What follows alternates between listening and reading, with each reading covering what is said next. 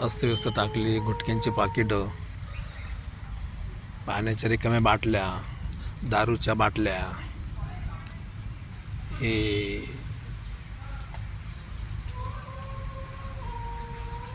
समाजसेवक आजचे गाडगे बाबा म्हणून त्यांना आपण, ते हे सगळं गोळा करतायत आणि या प्रशासनाच्या लक्षात आणून देत आहेत का इथं कशा प्रकारे काळजी घेतली पाहिजे आणि हे प्रदूषण कसं थांबलं पाहिजे.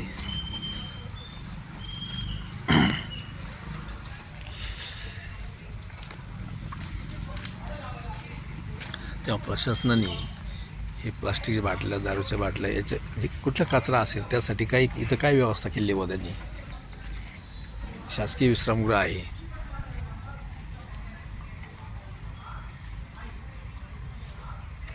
हा ना, किती विशेष आहे ना. त्यामुळे ते असं कॉर्नर ठेवलं ना, माणूस जरी चालतो विचार करतो ना, अरे इकडे काय फेकायची, इथं ठेवून टाकू ना, इथं ठेवा तिथं ठेवा, असं जागी कापलेलं टिपाणं ठेवा ना प्लास्टिकचे कमीत कमी. म्हणजे जरी लोकांना नसेल ते त्याची सवय ते लागेल लोकांना.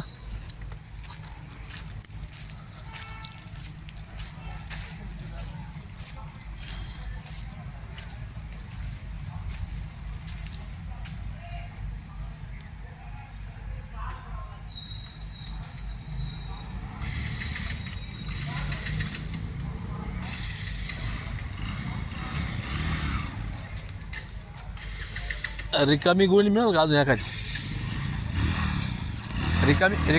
रिकामी गोळी मिळेल अजून एखादी? बघा बरं, असते त्याबरोबर.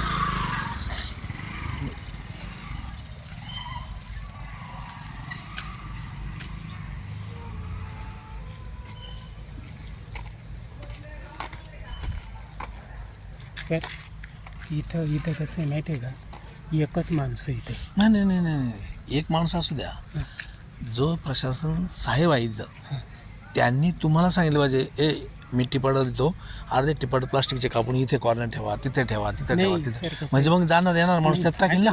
तुमची जबाबदारी ती नाही, लोकांची जबाबदारी ती. कारण पब्लिक तिकडून पुढून एक कार कंपाऊंड हो. हे लोक पुढून घुसत येतात. बरोबर आहे, अगदी बरोबर आहे तुम्ही म्हणता ते.